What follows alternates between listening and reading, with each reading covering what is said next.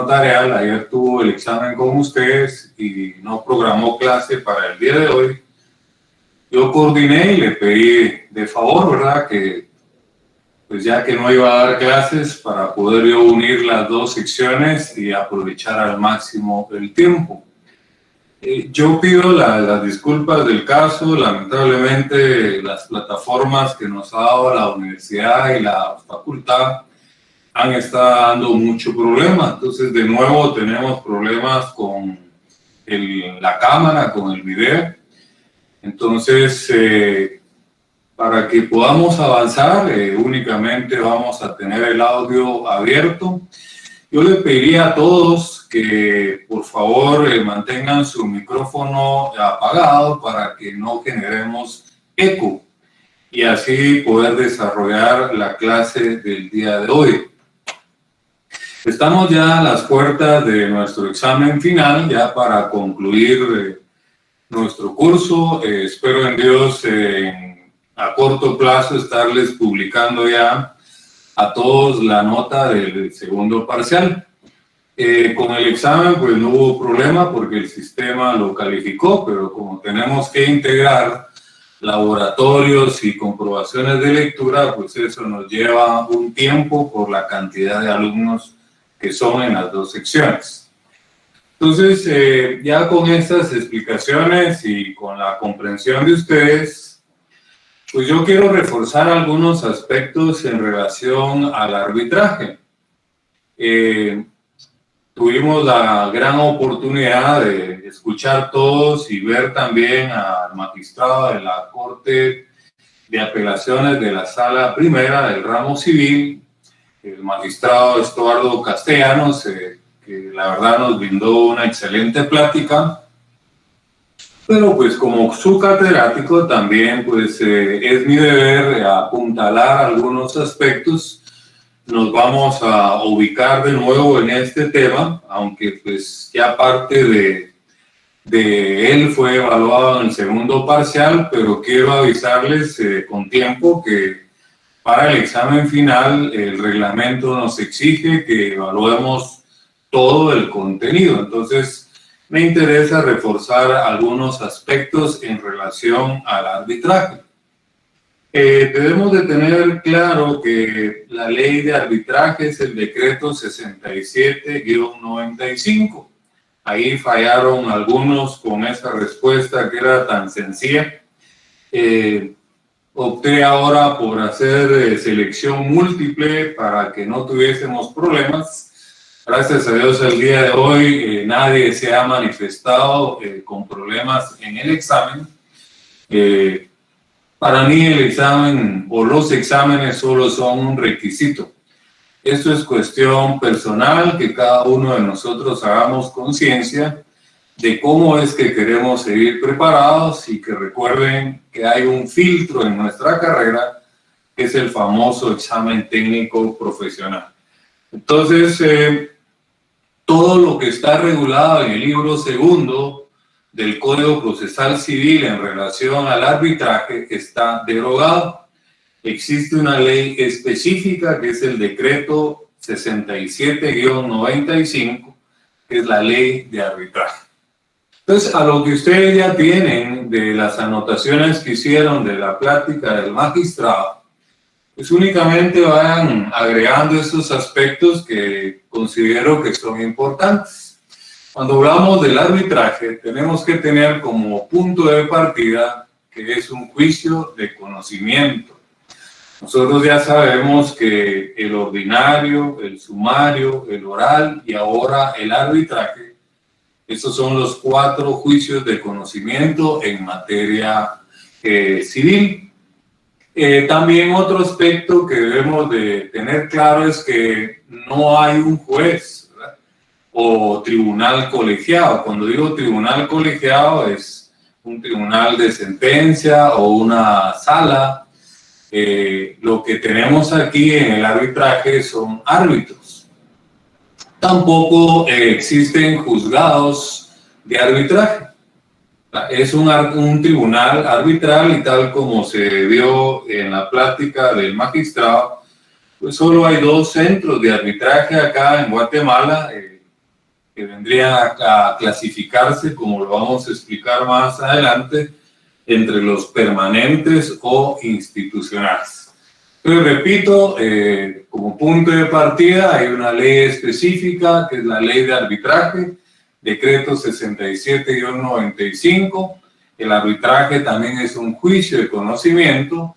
No hay jueces, lo que tenemos son árbitros y no existen juzgados de arbitraje. Cuando vimos en materia de procesal civil 1, yo creí conveniente y oportuno hacer un refuerzo sobre la teoría general del proceso. Vimos en uno de los puntos formas antiguas de resolver conflictos. Les voy a recordar a los que estuvieron conmigo, vimos la autodefensa, la autocomposición y la heterocomposición. Entonces podemos decir que el arbitraje hoy en día es un resabio de la heterocomposición. Recuerden que en la autodefensa es cuando teníamos que viajar a lo más antiguo, donde no existía proceso. La ley se tomaba por sus propias manos cada quien, ¿verdad? Y hablábamos de la ley del talión, del ojo por ojo, diente por diente. Y hablamos después de una autocomposición donde pues ya era algo más civilizado, ¿verdad? Era el pedir perdón. Y hablamos una tercera forma antigua de resolver conflictos, que era la heterocomposición, que es cuando se buscaba un tercero. Entonces, el antecedente más antiguo del arbitraje podemos decir que es la heterocomposición, o también podríamos decir hoy en día que el arbitraje es una heterocomposición moderna, ¿verdad? Entonces, para que vayamos entendiendo y dónde se puede ubicar hoy en día el arbitraje. Es bien importante que tomen en cuenta este aspecto que les voy a señalar ahorita. El arbitraje está inspirado en un principio. Anoten porque es incluso pregunta de privado. Ese principio se llama principio de libre disposición. Principio de libre disposición. Quiero aclararles que el día de hoy o la tarde-noche de hoy no voy a dar participaciones, intervenciones, porque necesito avanzar con este tema, ya que tenemos temas también dentro del programa importantes que desarrollar. Solo quería pues apuntalar algunos aspectos que considero que más que para nuestro curso les va a servir a ustedes para su examen privado. Si en dado caso pues el examinador decidiera preguntarles en relación al arbitraje. Entonces, entendiendo que el arbitraje está inspirado en este principio que se llama principio de libre disposición, que no es más otra cosa que las partes se ponen de acuerdo. Eso es lo que quiere decir el principio de libre disposición, ¿verdad? Tanto el actor como el demandado, porque igual aquí tenemos sujetos procesales que nosotros ya vimos en el ordinario, en el oral, en el sumario, hay un actor y hay un demandado. Entonces, simplemente a través de este principio de libre disposición, las partes decidieron ir al arbitraje y se ponen de acuerdo en muchos aspectos más. Entonces, el punto de partida es que el arbitraje está inspirado en este principio que se llama principio de libre disposición. Miremos en el diccionario, ¿verdad? Es importante que nos apoyemos en un diccionario de la Real Academia de la Lengua Española, así lo dice el artículo 11 de la Ley del Organismo Judicial. Yo siempre les he aconsejado que a la par de sus códigos, de sus textos, tengan siempre a la mano un diccionario de la Real Academia. Pues bien, el diccionario nos dice que el arbitraje es un procedimiento extrajudicial para resolver conflictos de intereses mediante el sometimiento de las partes por mutuo acuerdo a la decisión de uno o varios árbitros, ¿verdad? Eso es lo que nos dice el diccionario de la Real Academia. Entonces dice el sometimiento de las partes por mutuo acuerdo. Eso no es más que el principio de libre disposición. Por eso este principio es sumamente importante en el arbitraje. Entonces, ya teniendo qué nos dice el diccionario de la Real Academia, también busquemos qué nos dice el diccionario en relación al árbitro. Persona que arbitra en un conflicto entre partes. Persona cuyo criterio se considera autoridad. Arbitrar es resolver de manera pacífica un conflicto entre las partes.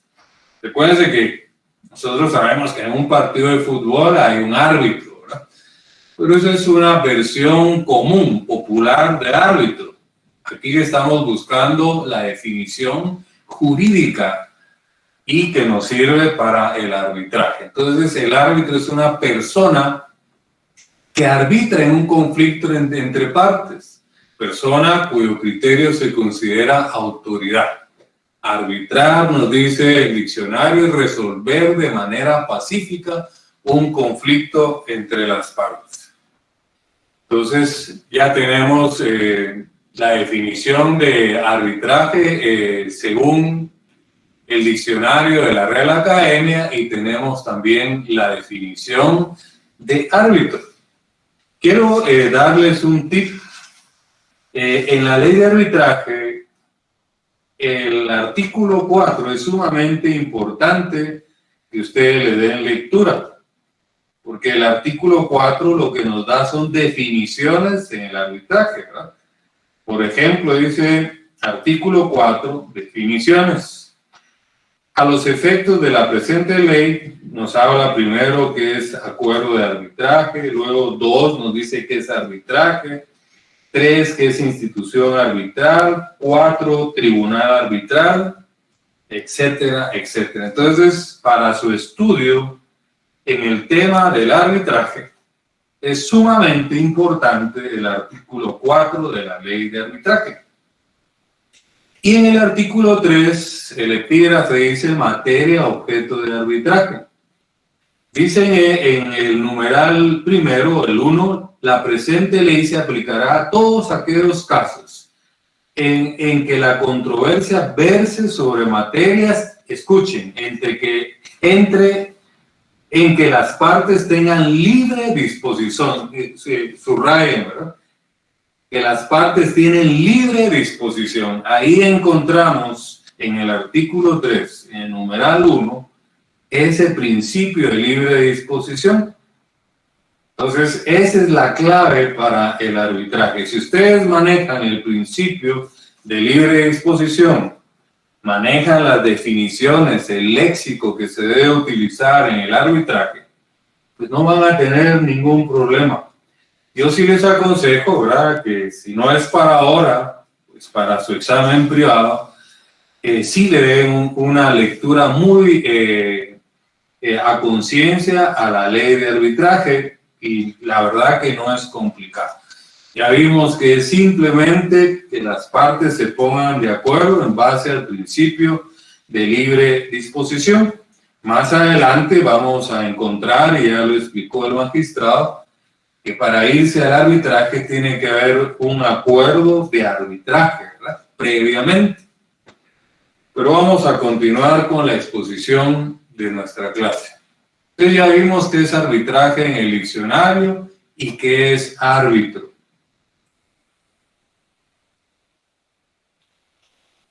Entonces, tenemos que tener bien claro la importancia del arbitraje según el decreto 67-95, que es la ley de arbitraje.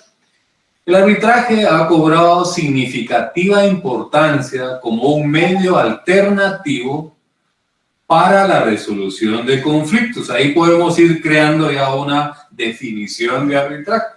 Es un medio alternativo para resolución de conflictos. Le podemos agregar que no hay juez, ¿verdad?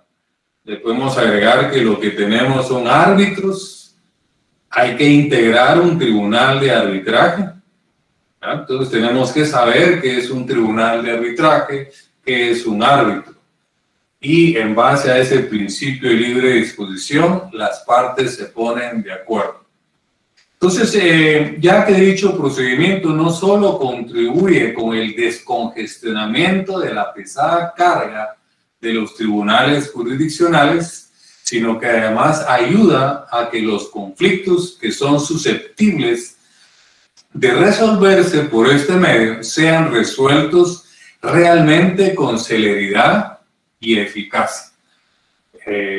No es un secreto, ¿verdad?, de que acudir a un órgano jurisdiccional, ya sea a través de un juicio ordinario, a través de un juicio sumario, un juicio oral, podría tardar años, ¿verdad? Entonces, aquí hay una forma alternativa de resolver conflictos, ¿verdad?, donde no tenemos que acudir ante un órgano jurisdiccional, sino ante un tribunal de arbitraje, y lo van a integrar árbitros.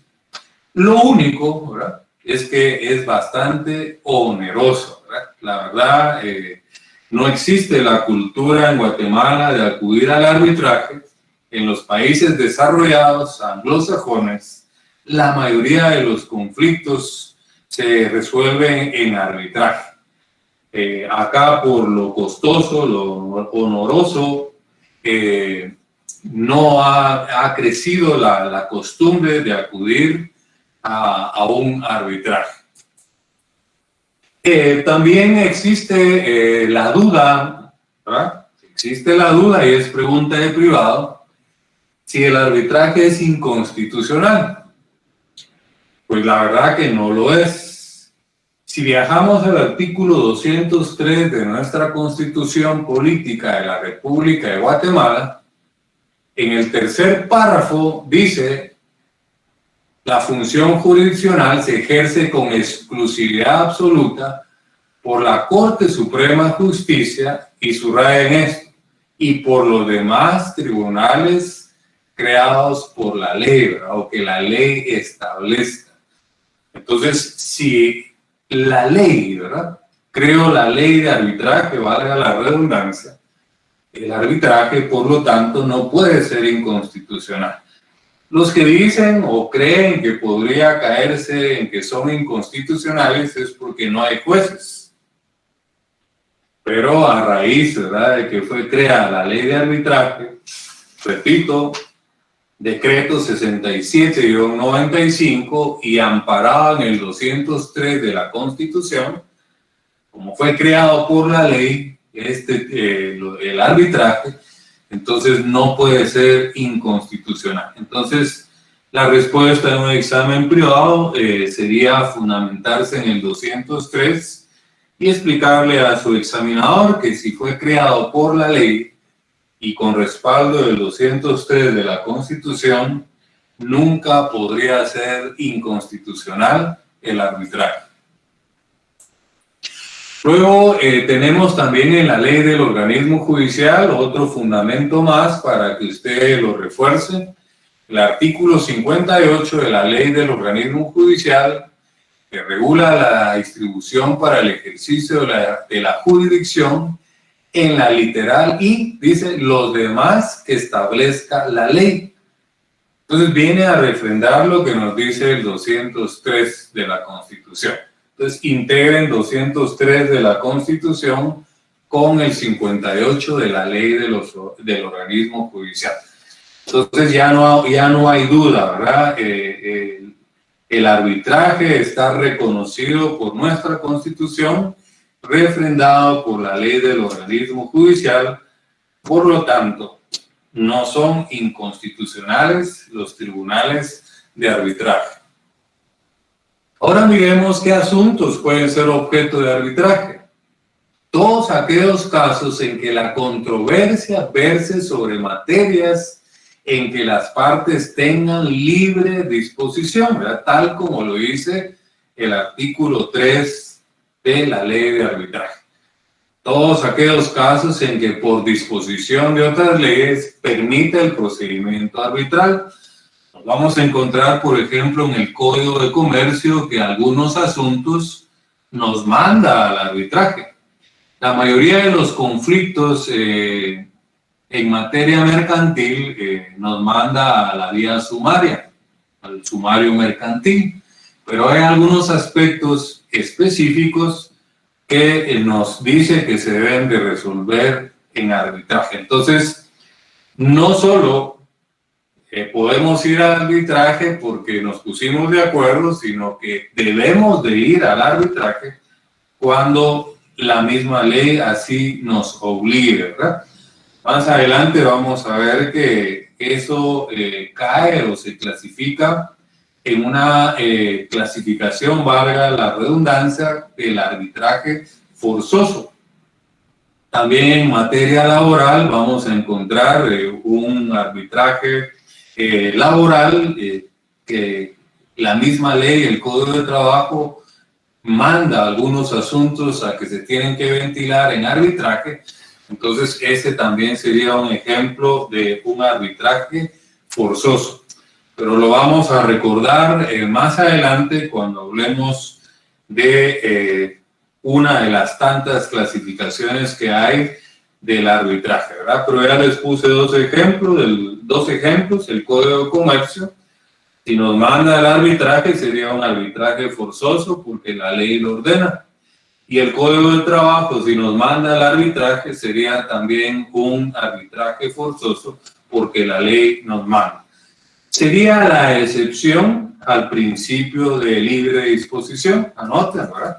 El arbitraje que regula el Código de Comercio y el arbitraje que regula el Código de Trabajo sería la excepción al principio de libre disposición. De ahí en materia civil, pues lo que impera es el principio de libre disposición.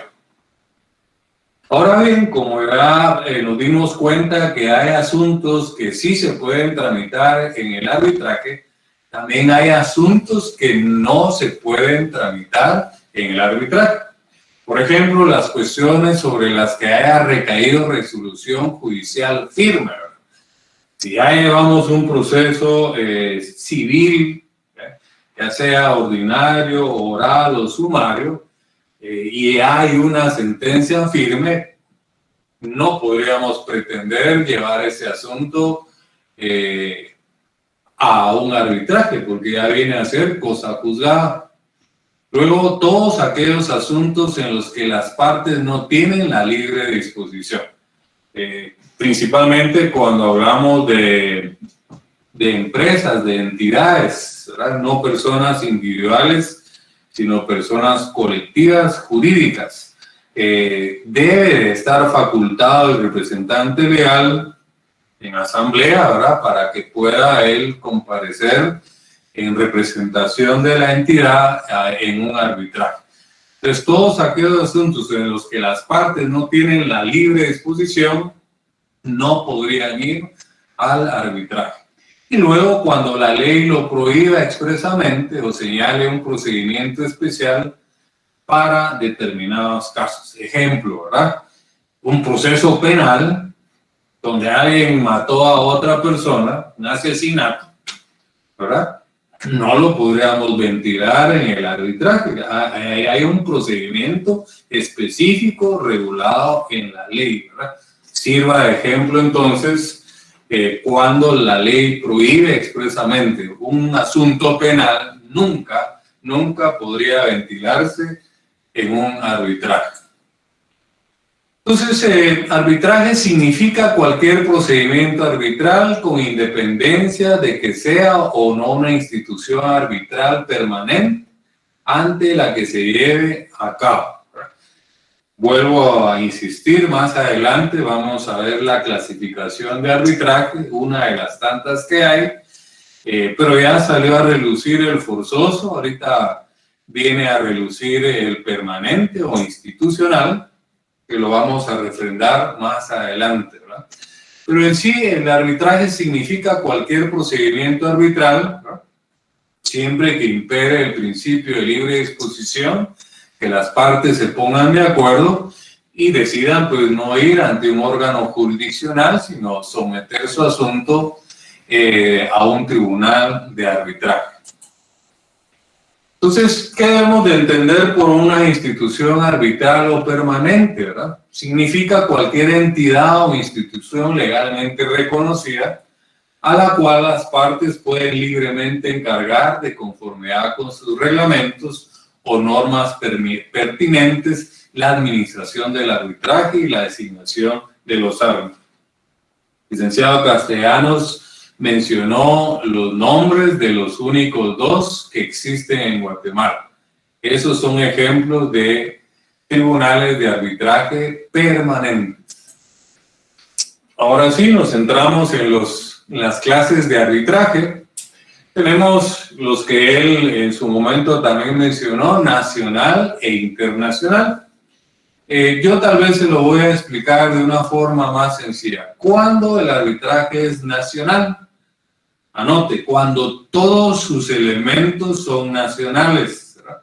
Cuando digo todos sus elementos, estamos hablando que el arbitraje se va a ventilar aquí en Guatemala. Tanto el actor como el demandado son guatemaltecos, los árbitros son guatemaltecos, el idioma es el español, ¿verdad? Todos los elementos son nacionales. Entonces estamos ante un arbitraje que lo podemos clasificar como nacional. Y el internacional, anote, cuando uno solo de sus elementos es internacional. Solo con que el idioma del arbitraje, aunque se realice en Guatemala, sea en inglés, estaríamos ante un arbitraje internacional. Si uno de los árbitros fuera extranjero, estaríamos ante un arbitraje internacional. Entonces es fácil. ¿Cuándo es nacional? Cuando todos sus elementos son nacionales. ¿Cuándo es internacional? Cuando uno solo de sus elementos es internacional. Lógicamente, si el arbitraje se desarrolla fuera del territorio de Guatemala, estaríamos ante una clasificación de un arbitraje internacional. Ahora existe otra clasificación, el arbitraje de derecho y de equidad. La gente, o hay abogados, incluso docentes o estudiantes, que creen que el arbitraje de derecho es de derecho porque los árbitros son abogados. No. Entendamos por qué es que se llama arbitraje de derecho. El arbitraje de derecho se le llama así porque se usan reglas y normas de derecho, no importando si sus árbitros son abogados o no, ¿verdad? O si alguno de las partes también es abogado. Entonces, simplemente estamos ante una clasificación de arbitraje de derecho cuando en ese arbitraje se van a utilizar normas legales, ¿verdad? Normas de derecho. Por eso es que se llamaría arbitraje de derecho. Desen cuenta que les estoy poniendo nacional e internacional, ¿verdad? Como el positivo y el negativo. El nacional, todos sus elementos nacionales. El internacional, con un solo elemento que sea internacional o extranjero, estaríamos en un arbitraje internacional. Ahorita ya les hablé el de derecho y les voy a hablar de equidad. El de derecho ya vimos que es de derecho porque se utilizan normas o reglas, ¿verdad?, legales. Ahora el de equidad es lo contrario, ¿verdad? Aquí no existen normas legales, no existen reglas, sino que es lo que llamamos resoluciones de conciencia. Un ejemplo de un arbitraje de equidad, estoy diciendo ejemplo, no es que el arbitraje de equidad sea cuando interviene el procurador de los derechos humanos. Estoy poniendo un ejemplo, ¿verdad? Cuando el procurador de los derechos humanos interviene y hace la función de árbitro, ese es un ejemplo de un arbitraje de equidad. No hay normas legales, Por ejemplo, les voy a decir, hay una invasión de una finca y hay una orden judicial de un desalojo. Ya está ahí la Policía Nacional Civil, ya está el juez, están las personas que van a ser desalojadas, y en eso aparece el señor Procurador de los Derechos Humanos. Y le dice, miren, por favor, yo quiero intervenir, quiero hacerle conciencia al juez que no haga el desalojo. Ahí están los propietarios de la finca. Fíjense que yo conseguí un patrocinio de un organismo internacional que ofrece comprar la finca y adjudicársela a las personas que están invadiendo la finca. Llegan ahí a un acuerdo, ¿verdad? Llegan a un acuerdo, el juez dice, está bien, ¿verdad? Si las partes se ponen de acuerdo, tanto los propietarios como los que son invasores, pues yo ya no ejecuto la orden de desalojo, le pido a la policía que se retire y pues más adelante vamos a hablar del laudo arbitral, ¿verdad? Lógicamente ahí se tendría que faccionar un documento donde las personas se comprometieron y esa es la resolución, el laudo arbitral. Entonces, sí tiene fuerza ejecutiva, como lo vamos a ver más adelante, si en dado caso hubiese incumplimiento de alguna de las partes, ¿verdad? Pero les estoy poniendo un ejemplo de un arbitraje de equidad. No es porque el Procurador de los Derechos Humanos intervenga, ¿verdad? Por eso les voy a poner otro ejemplo. Está la mamá en la cocina, tiene 2 hijos y solo hay una bicicleta. Y están ahí peleándose y viene la mamá y le dice, bueno, ¿qué pasó?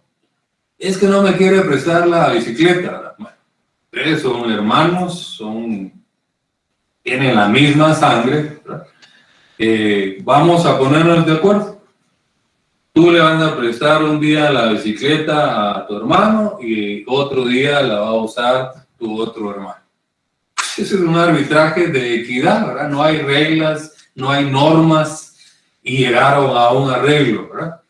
Lógicamente aquí sería exagerado hablar que se haga un documento y sea un laudo arbitral, ¿verdad?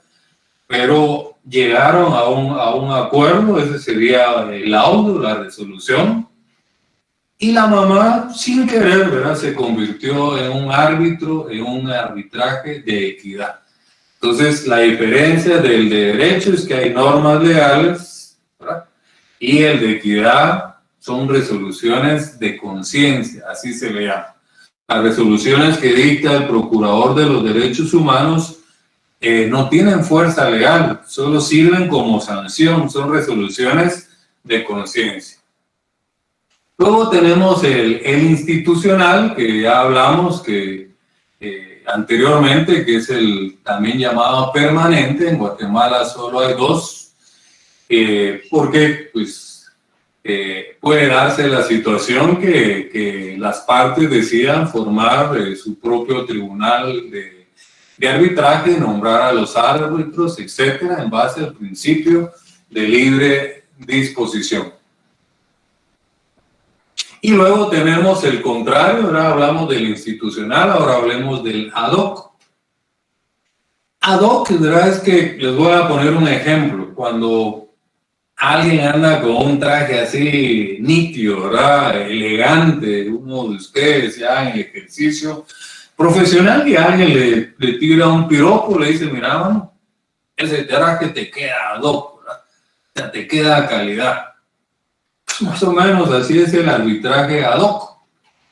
Les voy a decir, para que lo entiendan. Porque en un arbitraje se pueden discutir un asunto, 2 asuntos, 10 asuntos, los asuntos que las personas decidan someter al arbitraje. Pero vamos a pensar que hay 10 asuntos y eso viene como a complicar un poco la resolución. Entonces, deciden las partes en base al principio de libre disposición que sean 5 los árbitros. y que esos 10 asuntos se dividan entre los 5 árbitros. O sea que a cada árbitro le va a tocar resolver 2 asuntos. Entonces va a ser mucho más fácil llegar a un acuerdo y se dicta, escuche, un solo laudo arbitral. A pesar de que hay 5 árbitros que se les repartió 2 asuntos a cada uno de ellos, al final ya se llegó a una conclusión, se pusieron de acuerdo, se dicta un solo laudo arbitral. Entonces ese arbitraje quedó ad hoc, eso es lo que quiere decir, quedó acorde, ad hoc quiere decir acorde. Entonces muchos asuntos, muchos árbitros y un solo laudo arbitral. Así podríamos definir el arbitraje ad hoc, ¿verdad? Muchos asuntos, muchos árbitros y un solo laudo arbitral. Sirva de ejemplo, 10 asuntos, las partes decidieron someterlo a 5 árbitros, se repartieron esos 10 asuntos y le tocaron 2 a cada uno de los árbitros. Al final, concluyen y se dicta un solo laudo arbitral, una sola resolución. Porque me voy a anticipar, ¿verdad? Ya sabemos que el laudo arbitral es la resolución que se dicta en el arbitraje, es lo que le pone fin. Estoy retomando el arbitraje ad hoc, ¿verdad? Muchos asuntos, muchos árbitros y un solo laudo arbitral. Sirva de ejemplo los 10 asuntos que yo les comenté y los 5 árbitros, ¿verdad? Dense cuenta cómo es que impera en el arbitraje el principio de libre disposición, ¿verdad? Todo es ponerse de acuerdo. Y lo que se decida ya sea en un arbitraje nacional, internacional, de derecho, de equidad institucional o ad hoc, tiene fuerza ejecutiva ese laudo arbitral. Lo vamos a ver más adelante, porque ahí ya tendríamos que acudir en caso de incumplimiento, y fue una pregunta que hizo uno o una de las compañeras el día de la plática. Sí tiene fuerza ejecutiva. En el caso de que una de las partes no quiera cumplir con lo que se acordó en el laudo arbitral, se puede acudir a un juicio ejecutivo.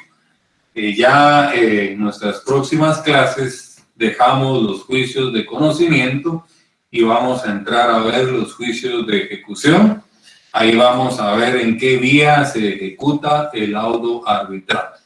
Pero de una vez anoten que el laudo arbitral tiene fuerza ejecutiva.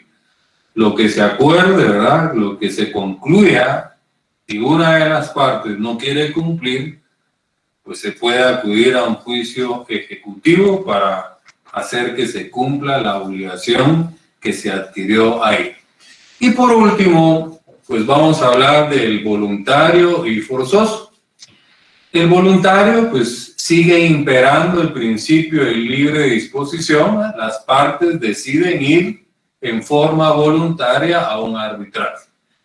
Y el forzoso, ya lo puse de ejemplo en mi intervención anterior, el Código de Comercio o el Código de Trabajo, ¿verdad? Cuando la ley obliga a que las partes tengan que ir a un arbitraje. Entonces estaríamos ante una clasificación de arbitraje forzoso. El voluntario, principio de libre disposición, las partes se ponen de acuerdo. Entonces, en esta pequeña clasificación de arbitraje, que pueden haber muchas más, pero con 4 que lleven ustedes con su positivo y su negativo al examen privado, tienen más que suficiente, ¿verdad? Les repito, clases de arbitraje nacional e internacional, ¿verdad? Su positivo y su negativo, de derecho y de equidad. Luego institucional y ad hoc. Y por último, el voluntario y el forzoso. Entonces, la característica principal del arbitraje lo constituye el acuerdo celebrado entre las partes para someter determinado litigio a la decisión de árbitros. Esa es la característica principal, ¿verdad? Por eso es que debe de existir un compromiso arbitral. Este acuerdo puede asumirse a través de un contrato, ¿verdad? Aquí me voy a meter un poquito a derecho notarial. La diferencia entre una escritura pública y un acta notarial es que la escritura pública tiene cláusulas y el acta notarial tiene puntos, ¿verdad? Por ejemplo, la escritura, cláusula primera, cláusula segunda, cláusula tercera. El acta notarial, por ejemplo, punto primero, punto segundo, etcétera, etcétera. Esa es una diferencia entre una escritura pública y un acta notarial. Entonces, la lógica nos lleva a que si debe existir una cláusula compromisoria, ¿a qué le pertenece la cláusula? A un contrato, una escritura pública. Y compromisorio quiere decir un compromiso. Entonces, en esa escritura pública va a haber una cláusula compromisoria que podría ser la segunda, podría ser la tercera, la cuarta, no sé cuántas cláusulas va a tener esa escritura pública. Y una de ellas va a decir cláusula compromisoria, ¿verdad? Cláusula tercera, y le van a denominar a la cláusula tercera cláusula compromisoria, ¿verdad? Donde ambas partes, ¿verdad? Ahí se va a hacer constar, se comprometen que a la hora de surgir determinado problema en esa negociación, en ese contrato, pues tendrán que irse al arbitraje. Ese es el punto de partida para acudir a un arbitraje. Para que podamos nosotros acudir siempre cuidando que la ley permita, ¿verdad?, qué asuntos se pueden llevar al arbitraje. Ya vimos un ejemplo que un proceso penal no se podría llevar en arbitraje. Entonces el punto de partida es que exista una cláusula compromisoria. Lógicamente, ¿cómo es que vamos a comprobar esa cláusula compromisoria? Con el testimonio de esa escritura pública y donde se haga constar ahí, ya sea en la cláusula tercera, cuarta, no sé, una cláusula compromisoria de ir a un arbitraje. Si en el privado le preguntaran a usted qué es una cláusula compromisoria, pues fácil, ¿verdad? A veces hay cosas que se pueden contestar por lógica. Cláusula solo en escrituras públicas, ¿verdad?, los contratos. Y compromisoria, que si vamos al diccionario, ¿qué es compromisorio? Es adquirir un compromiso. Lo único es que aquí esa cláusula compromisoria, el compromiso es someter, ¿verdad?, cualquier divergencia, cualquier problema que se dé resultado de esa negociación al arbitraje. Quiere decir que no iría ni a una vía ordinaria, ni a una vía sumaria, ni a una vía oral, sino voluntariamente, en base al principio de libre disposición, las partes decidieron a través de una cláusula compromisoria llevar ese asunto al arbitraje. Entonces el acuerdo de arbitraje es aquel que por virtud del cual las partes deciden someter al arbitraje todas o ciertas controversias que hayan surgido o puedan surgir entre ellas respecto de una determinada relación jurídica contractual, ¿verdad? Contractual. Debe haber una cláusula compromisoria. Pasemos a otro aspecto, ¿verdad? Lógicamente, como ya vimos al principio, no estamos ante un órgano jurisdiccional, no hay jueces. Hay que integrar un tribunal arbitral.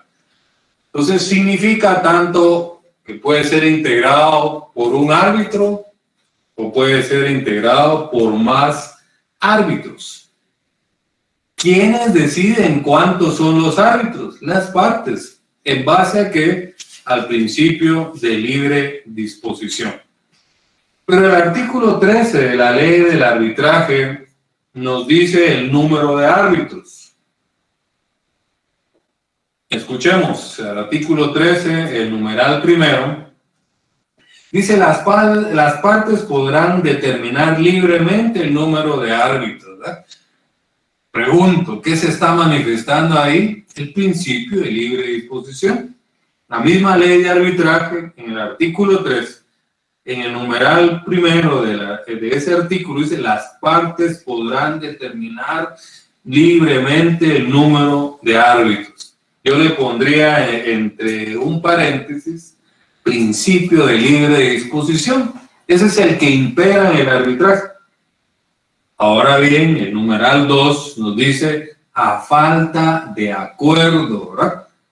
Si las partes, en base al principio de libre disposición, no lograron ponerse de acuerdo, entonces la ley lo soluciona. El numeral 2 dice, a falta de acuerdo, los árbitros serán 3, pero solo si no se pusieron las partes de acuerdo. Y hay una excepción, salvo que el monto en controversia no exceda de 50,000 quetzales, en cuyo caso, a falta de acuerdo, vuelve a refrendar el artículo, el árbitro será 1. Pero lo que impera es el principio de libre disposición. Numeral 1, las partes podrán determinar libremente el número de árbitros. Ahora, si no hay acuerdo, entonces ya vamos al numeral 2 y nos da una cuantía. Si es más de 50,000 quetzales, las partes serán 3. Y si es menos de 50,000 quetzales, el árbitro podrá ser 1, ¿verdad? Pero siempre si no hubo acuerdo. Entonces, si se dan cuenta, no es complicado conformar el tribunal arbitral, ¿verdad? Puede ser un árbitro, pueden ser 2, pueden ser 3, los que las partes decidan. Si no hay acuerdo, entonces aplicamos el número 13, el artículo 13, numeral 2. Entonces, refrendando, ¿verdad? El número de árbitros de ese tribunal arbitral, las partes lo deciden. Luego ya el artículo 14 de la ley nos da la calidad para ser árbitro. Eso sería lectura obligatoria para ustedes. Y luego el artículo 15 nos habla también del nombramiento de los árbitros, ¿verdad? Entonces también sería lectura obligatoria. Pero yo creo que sumado a la plática que nos dio el magistrado Estuardo Castellanos, más estos puntos que yo estoy resaltando, se están dando cuenta que el arbitraje no es complicado. Sí me gustaría que tengamos presente que hay elementos del arbitraje. Recuérdense que elemento quiere decir todo aquello que debe existir antes que exista una institución. En Procesal Civil 1 lo explicamos en esa parte de teoría general del proceso y recuerdo que puse de ejemplo el Estado, los elementos del Estado. No podría existir el Estado sin un territorio, ¿verdad? Por lo tanto, el territorio es un elemento del Estado. No podría existir el Estado sin población. Pues, por lo tanto, ¿verdad? La población es un elemento del Estado. No podría existir el Estado sin soberanía. Por lo tanto, ¿verdad? La soberanía es un elemento del Estado. Etcétera, etcétera, etcétera. Un gobierno, ¿verdad? Un presidente, etcétera, etcétera. Entonces, ¿qué son los elementos? Todo aquello que debe existir antes de que exista una institución. Sirva de ejemplo los elementos del Estado. Ahora miremos los elementos del arbitraje. Primero, es un procedimiento reconocido por la ley, ¿verdad? No hay vuelta de hoja. 203 de la Constitución, 58 de la ley del organismo judicial. De él conoce una o varias personas, ¿verdad? ¿Cómo le llamamos a esa una o varias personas? Árbitros, ¿verdad? Es un producto de la experiencia y de la cultura de los pueblos, ¿verdad? ¿Ya? ¿Se acuerdan de la heterocomposición, esa forma antigua de resolver conflictos? Quiere decir que casi desde el principio de la humanidad, después de que tomaban la ley por sus propias manos, después que pedían perdón, surgió la heterocomposición. Ejemplo, el rey Salomón. Hay un pasaje bíblico, ¿verdad?, de la heterocomposición. Vamos a poner ejemplo. Cuando dos esposas, recuérdense que en algunos países se permite tener más de una esposa. Y la ley dice que la persona puede tener tantas esposas dependiendo de la capacidad económica que tenga para poderlas mantener. O sea, el más pobrecito solo puede tener una, ¿verdad? Pues entre más dinero tiene, más capacidad económica, puede tener 2, 3, 4, etc. Pero vamos al ejemplo. Dos esposas tienen a su bebé al mismo tiempo. Tal vez si no a la misma hora, el mismo día, 1 o 2 días de diferencia, ¿verdad? Y resulta que una ya tenía experiencia, ya era como su 4º o 5º bebé, ya era de edad más madura. En cambio, la otra esposa era muy jovencita, 16, 17 años, como le llamamos acá en Guatemala, primeriza, ¿verdad? Era su primer bebé. No tenía la experiencia de los cuidados que se deben de tener cuando hay un bebé, era recién nacido. Para no cansarles, pues las dos van a dormirse, se acuestan. La que tiene experiencia tiene el cuidado de arroparle, de ponerle almohaditas, ponerlo de costado.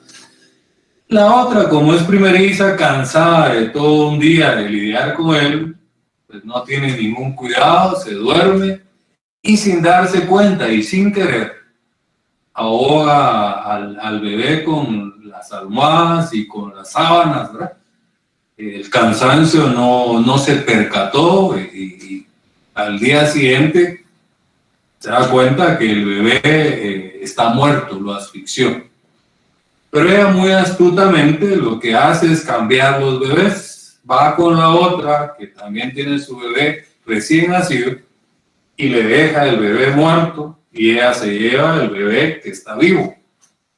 Imagínense, ¿verdad? Que mamá no va a conocer a sus hijos. Al día siguiente era un relajo, ¿no? Que este es el mío, no, este no. Para no cansarles, pues tienen que ir ante el rey Salomón, ¿verdad? En esa época. Que la Biblia lo narra que era un rey sabio. Y miren la sabiduría, pero es un ejemplo de arbitraje. Viene y dice, bueno, después que escucha las versiones, dice, bueno, voy a resolver, ¿verdad? Va a dictar el laudo arbitraje, voy a resolver. Traigan a un verdugo con un sable, dijo. Vamos a partir en 2 al bebé que está vivo y le vamos a dar la mitad a cada uno. En eso salta la madre, la verdadera madre, ¿verdad? Y dice, no, yo prefiero perder a mi hijo, que se la den a esta señora, ¿verdad? O esta patoja, hablando en chapín, y no que maten a mi hijo. Y ahí es donde descubre el rey Salomón, ella es la verdadera madre, ¿verdad? Denle a su bebé. Dictó un laudo. Y pues la costumbre ahí era, a quien perdía había que cortarle la cabeza y córtenle la cabeza a la otra persona. Entonces, ese es un ejemplo de heterocomposición en aquella época, ¿verdad? Hoy en día, pues, no tenemos un rey Salomón, hay un tribunal arbitral, hay árbitros, las partes lo deciden, ¿verdad? En base al principio de libre disposición. Alguien preguntaba en la plática del licenciado Castellanos, casos cerrados, si eso era un arbitraje. Pensemos que es un show de arbitraje, y él lo explicó claramente que pues esos casos ya están arreglados, ¿verdad? Contratan a actores y hacen un show, hacen un programa. Pero si fuera cierto, ¿verdad? Que no lo es ficción, es televisión. Ese sería un ejemplo de arbitraje, ¿verdad? Y lo que se decide ahí sería un lado arbitral, ¿verdad? Pero si usted quiere explicar cómo es que funciona el arbitraje y quiere poner de ejemplo la heterocomposición, cuente esa historia bíblica del rey Salomón, ¿verdad? No va mucho lo de casos cerrados, ¿verdad? Porque eso es televisión, es un show y pues mucha gente cree que sí es cierto, pero están actuando, ¿verdad? Tal como lo explicó el licenciado Castellanos. Entonces estamos hablando de los elementos del arbitraje. Entonces luego vamos a los efectos del laudo, ¿verdad? Equivalen a un fallo judicial. Ya vimos que el laudo arbitral tiene efecto ejecutivo. Si no se cumple, podemos acudir a un juicio ejecutivo. Luego también tiene el carácter que es un proceso jurídico resuelto por particulares, ¿verdad? Proceso es un juicio de conocimiento, ya vimos, ¿verdad? Hay 4 juicios de conocimiento: el ordinario, el oral, el sumario y el arbitraje. Entonces estos serían los elementos del arbitraje. Es un procedimiento reconocido por la ley, de él conocen varias personas, son árbitros, debe existir un tribunal arbitral, es producto de la experiencia y de la cultura de los pueblos. Ya hablamos de la heterocomposición, pusimos de ejemplo al rey Salomón. Luego los efectos del laudo son similares o equivalentes a un fallo judicial, digamos a una sentencia. No estoy diciendo que es lo mismo, ¿verdad? La sentencia es lo que le pone fin al ordinario, al oral y al sumario, y el laudo arbitral es la resolución que le pone fin al arbitraje. Y luego es un proceso jurídico, ¿verdad? Es reconocido por la ley, resuelto por particulares. Miremos algunas ventajas, ¿verdad? Ya para ir concluyendo, ¿verdad? Ventajas del arbitraje: la celeridad, ¿verdad? Son procesos relativamente rápidos. También son la mayoría la oralidad. Luego hay una imparcialidad y una especialización, ¿verdad? El licenciado Estuardo explicaba que si se va a discutir, por ejemplo, algo de química, ¿verdad? Tendrá que haber dentro de los árbitros alguien que conozca de química. Tendría que haber un ingeniero químico como mínimo, o de repente si son 2 o 3 los árbitros, que los 3 sean ingenieros químicos, ¿verdad? Entonces, no solo hay imparcialidad, sino lógicamente debe existir una especialización en los árbitros. No puede ser cualquier persona árbitro, ¿verdad?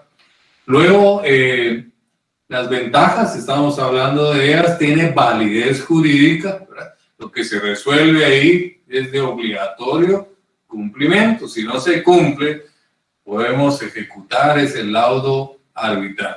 Y luego es confidencial, ¿verdad? Es confidencial, no trasciende, no es como que nunca hemos visto nosotros en clip, ¿verdad? Un clip como vemos constantemente que capturaron a alguien, que lo ligaron a proceso, que esto es confidencial, ¿verdad? Solo se enteran las partes, el tribunal arbitral y los árbitros que lo conforman. Bueno, vamos entonces ya a la sustanciación de las actuaciones, ¿no?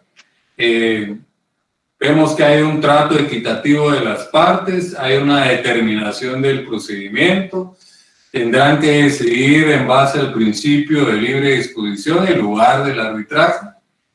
Luego tenemos la iniciación de las actuaciones arbitrales, tienen que decidir también el idioma del arbitraje, qué clase de arbitraje va a ser, ya vimos la clasificación.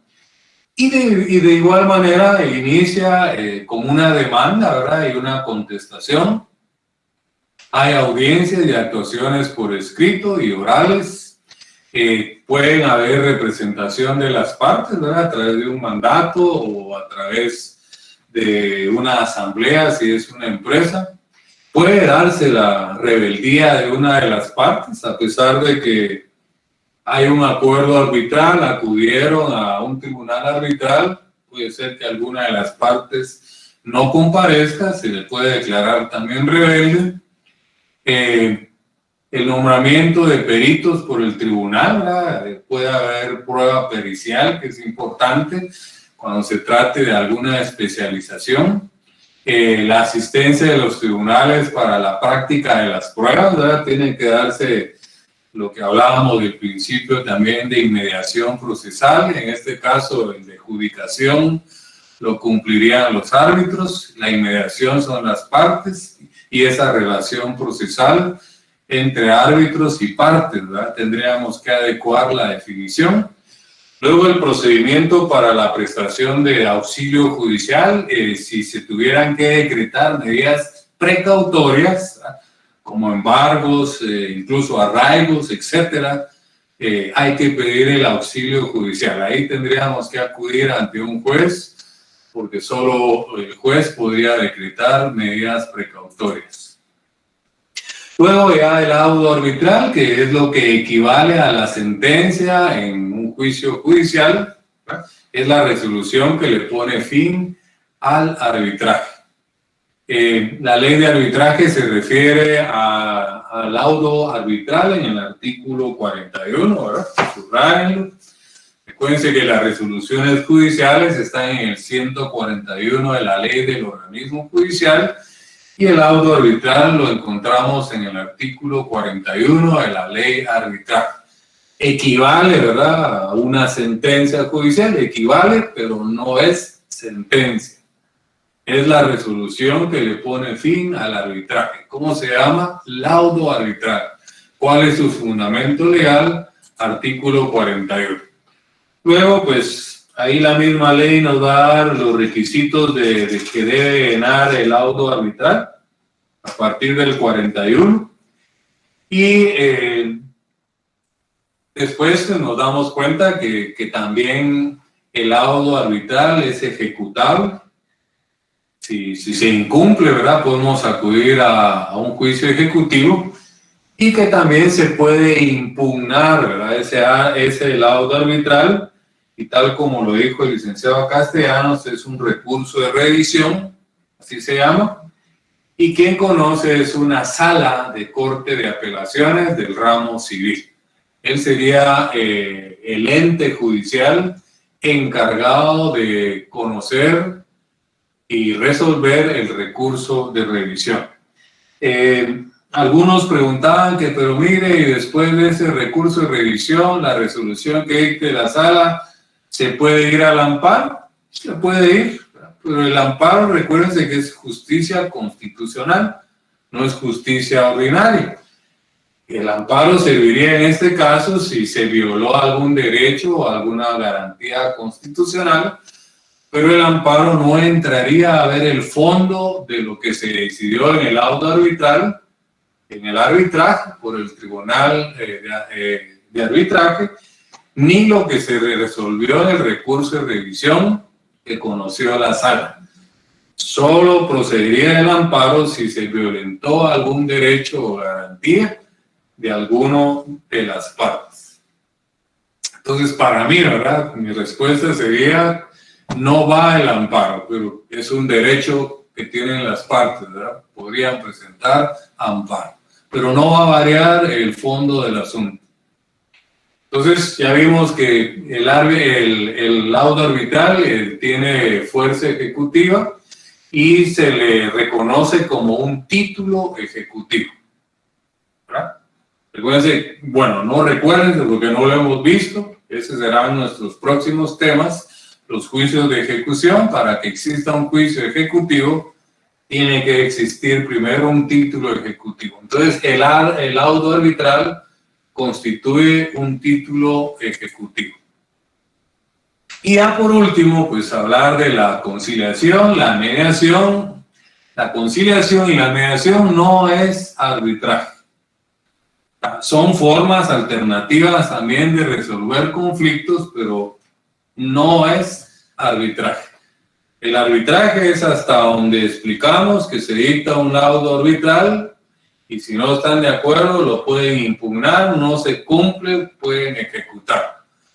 Pero como pues está regulada en la ley de arbitraje y menciona acá también la conciliación, pues es un mecanismo también alternativo, no procesal, de resolución de conflictos, a través de la cual las partes pues pueden llegar a algún acuerdo. Ahora debe haber algún conciliador, un centro de conciliación, pero no es arbitraje, igual que la mediación.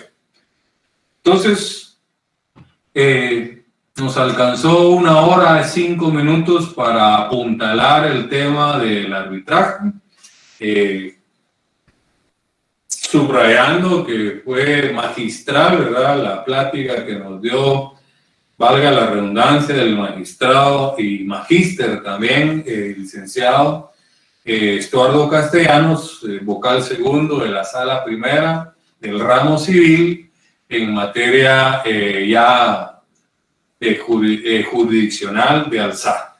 Les sirva esta clase para pues ya cerrar el tema del arbitraje y concluir con los 4 juicios de conocimiento. Ya nos tocaría pasar de aquí en adelante para nuestro examen final los juicios de ejecución y tocar un poco de lo que es la jurisdicción voluntaria, que es el libro 4 del Código Procesal Civil a partir del 401, y luego ya ponerle la tapa al pomo, como se dice en Chapín, cerrando nuestro curso de Procesal Civil 2 con las impugnaciones. Entonces, como dije, para poder agotar el tema en el tiempo programado y pues unida a las 2 secciones, no iba a dar intervenciones, ya que hubo suficiente intervención en la plática del magistrado Estuardo Castellanos. Entonces, compañeros de ambas secciones y compañeras, no me resta más que desearles una feliz noche, un feliz fin de semana. Recuérdense que miércoles 20 es asueto, es el Día de la Revolución, no tendríamos clases. Nos miraríamos en una próxima clase de hoy en 8 días. Espero que, sumado a lo que explicó magistralmente el licenciado Castellanos, y con la clase de hoy, pues nos aclare un poquito más el tema del arbitraje. Entonces, que Dios les bendiga, que tengan una feliz noche, feliz fin de semana. Nos vemos, primero Dios, el próximo día de clases. Entonces, paso a desconectarme, José, gracias por el apoyo. Feliz fin de semana. Que Dios les bendiga. Gracias. Feliz noche. Bendiciones, gracias.